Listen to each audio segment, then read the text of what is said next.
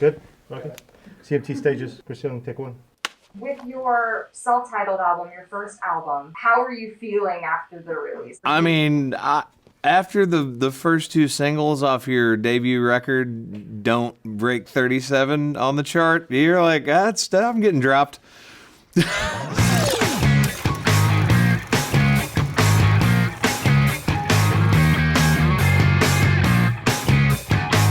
It's pretty wild sitting here doing this interview for a lot of reasons, but one of the biggest ones being to have like that full circle moment. Come back here in a studio on campus at MTSU talking about the arc of my career up to this point and thinking about when I was here, us going, yeah, we're gonna make it. It's pretty wild to think about that.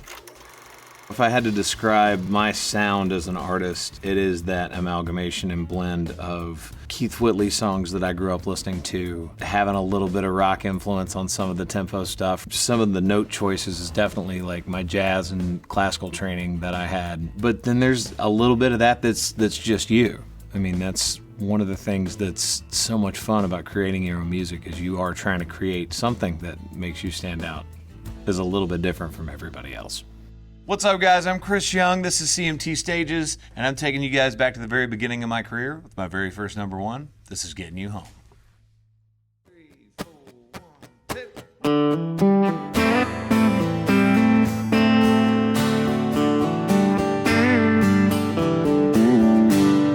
1. Tuxedo waiters, black tie, white tablecloths and red wine.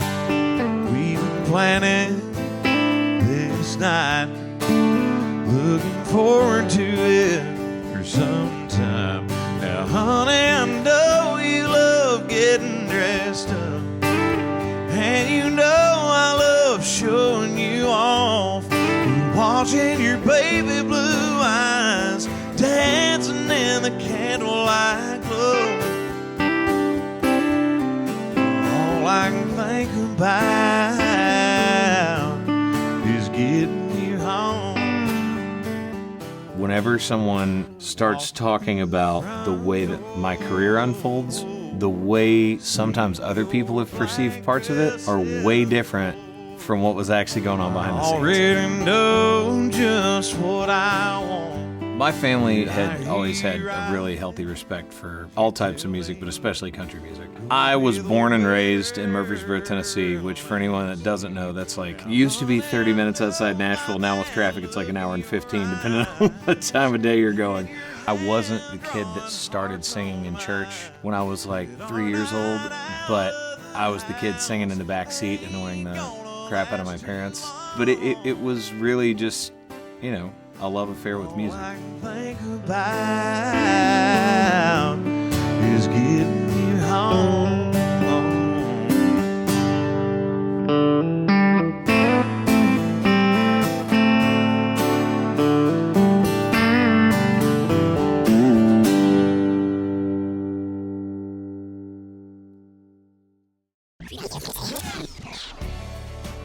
I wasn't necessarily right in the middle of Nashville at all times, but I could get there really quick. I could go watch people perform. I could play songwriting showcases. I would go play writers' nights there anytime they would have me and just like absolutely annoy the hell out of everybody that I possibly could. Be like, you want to write sometime? You want to write sometime? You want to write sometime? And I got a phone call from a guy named Billy Block who was really, really supportive of new artists at the time. And he was like, you need to audition for the Nashville Star.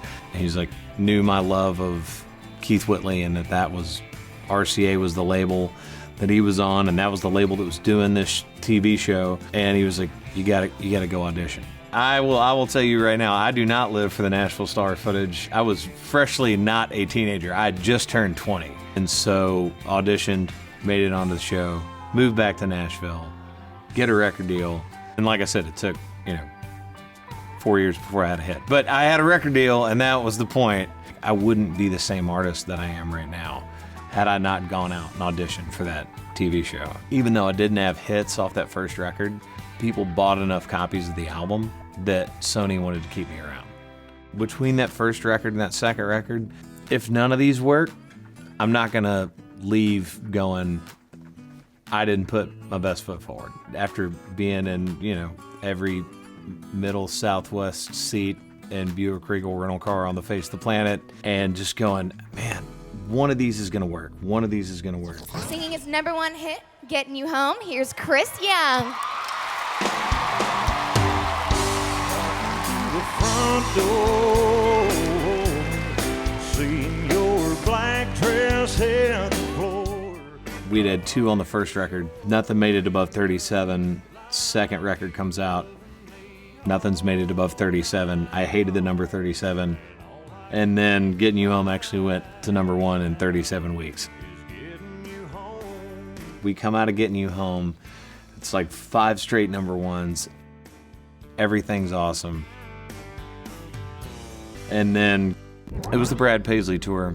I don't think people realized quite how bad it was, but out of nowhere, I had an infection in my leg. I went septic. They came back in a couple hours later and they're like, your blood pressure's so low, your organs are gonna start failing. We gotta put you in surgery right now.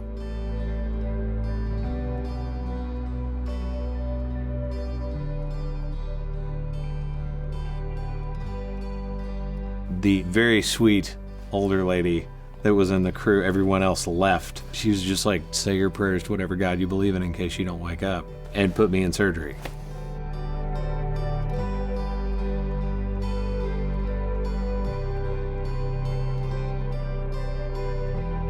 It was really serious, and so it does, when you go through something like that, at least cause you to go, well, I'm gonna be grateful for even the bad days, because I could very easily have not had any more of them.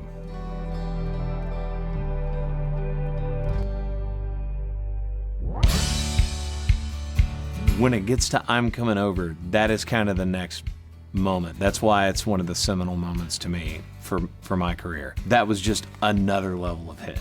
And I can't even quantify exactly what that means, and I'm gonna name drop, but Tim McGraw got my number and texted me out of nowhere. It was like, I love this song, Faith is yelling at me because I keep singing it around the house.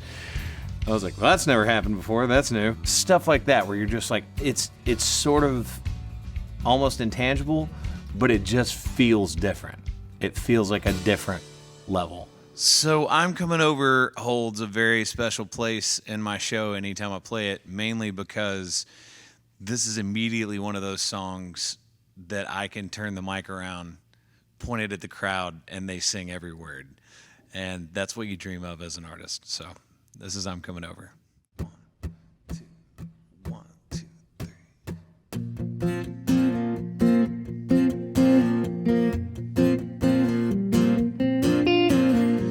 We say goodbye, see you around. We turn our backs, then turn back around.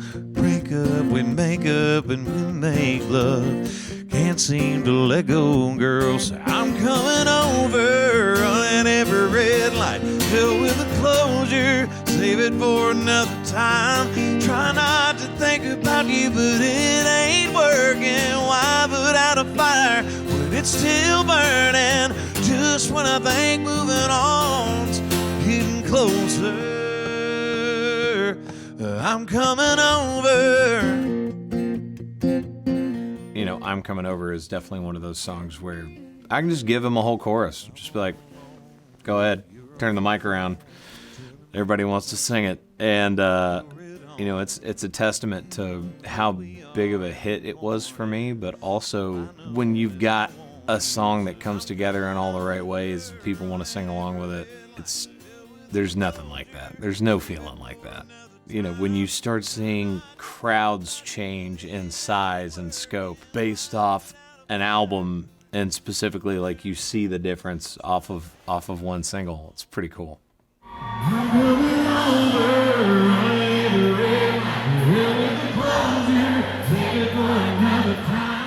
Try not to think about you, but it ain't working. Why put out a fire that's burning? I'm coming over, running every red light to hell with a closure. Save it for another time. Try not to think about you, but it ain't working. Why put out a fire when it's still burning? Just just when I think moving on, getting closer, I'm coming over.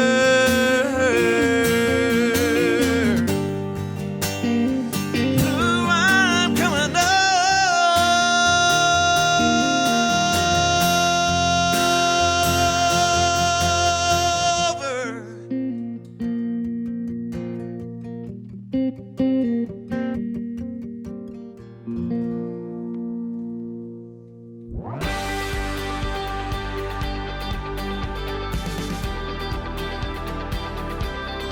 Where I'm at right now in my career is really interesting because I don't feel like there's any barriers on what I'm allowed to do. I feel like I can kind of do whatever I want. There's one thing that I haven't been afraid of, obviously recently, if anybody has not already heard about the deluxe edition of Famous Friends coming out, and just all the collaborations that I've done on that project, going from the collab with Kane on Famous Friends into a collab with Mitchell on At the End of a Bar. And I remember a couple people asked me, they were like, are you sure you want to go like one collaboration into another one? I'm like, well, first of all, it hasn't hurt anybody else in any other genre, one. And two, are the songs good? Because that's kind of where it starts and ends. If the song's great, then yeah, we go with that. Having that song and having that song with KB, it kind of going a little bit viral and having this moment, and the label calling me and Kane and going, hey, we think this is the next single. I remember when that song actually dropped. It was like the week before it drops, and I was sitting there looking at the lyric, and I'm like, did I make this too personal? Like, is this one of those things where no one's going to be able to relate because I'm saying names of actual people that I grew up with? It was the total opposite, whether it was comments or whether it was actually seeing people in person and them going, I love this song. I've got a friend that's this person. I remember growing up with them, and I remember this. And just anytime that happens with a song, you got something right. This song, Famous Friends, is really important to me, and I couldn't think of a better place to be playing it than in my hometown of Murfreesboro, Tennessee, Rutherford County. Here we go.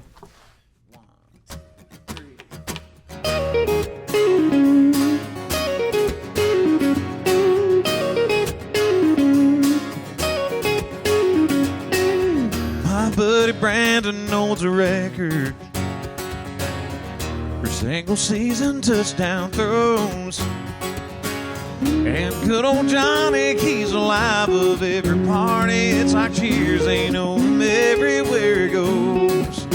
I've got some famous friends you probably never heard of. Back in Rutherford County, our crowd is second to none. You might not know them here in this big city we're in, but when I go back home, I got some famous friends.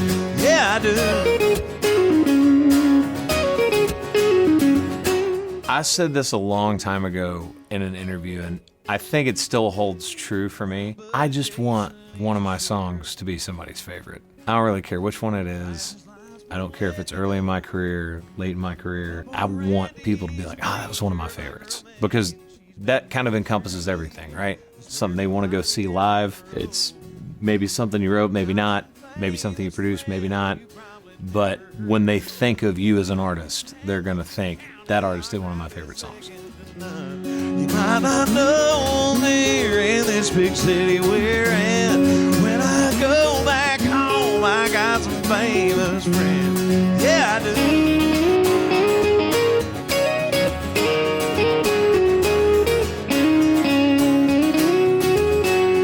I got friends in high places on these small town roads. 'Cause round here it's all about the people that you know. Got some famous friends you probably never heard of. Back in Davidson County, our crowd is second to none. I not know them here in this big city we're in. When I go back home, I got some famous friends. Yeah, I do.